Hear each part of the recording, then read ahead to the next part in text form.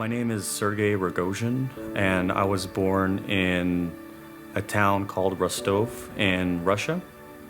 And I came here when I was 4 and have been living in Sacramento for the past 24 years. As soon as lockdown happened and quarantine while everybody was trying to figure out okay, what is this, right? We're locking everything down, it's in quarantine, everything's closing up.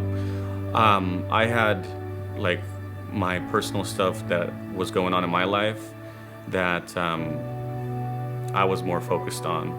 And I was trying to escape to, the bars and the nightclubs and stuff with my friends, just being trying to get away from everything. And then everything's closed, so it's kind of what else am I supposed to do now?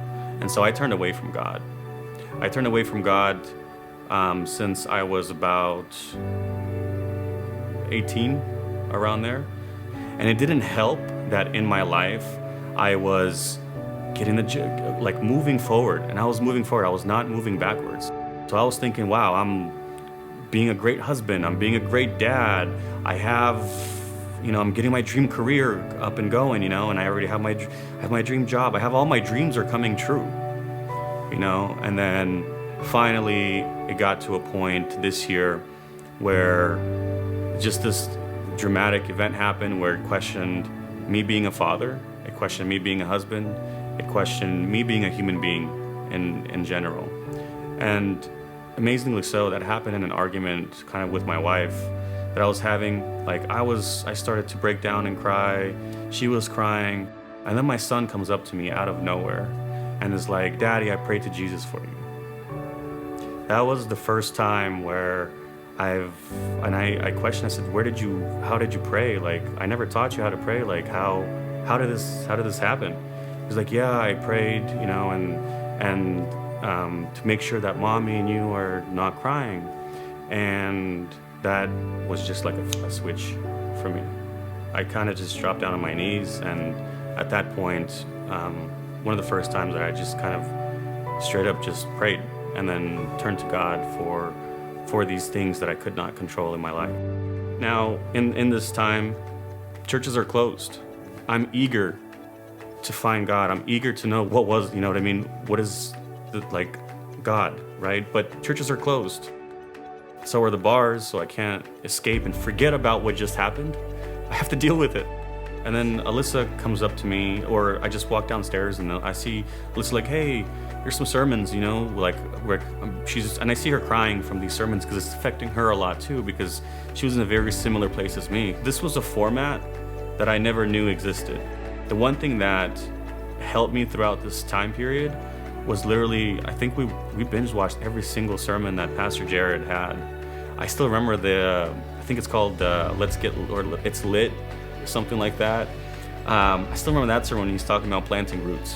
When you decide to get planted somewhere, when you decide to find your people, because that's what this is about. This isn't just about position, it's about place and people.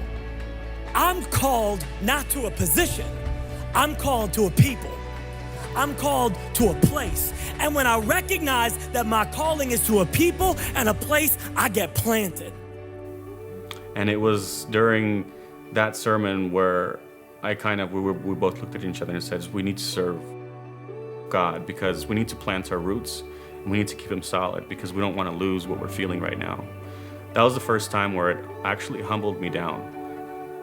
With E2 Church, watching it online, it helped bring a sense of comfort. He's talking to me, this is for us.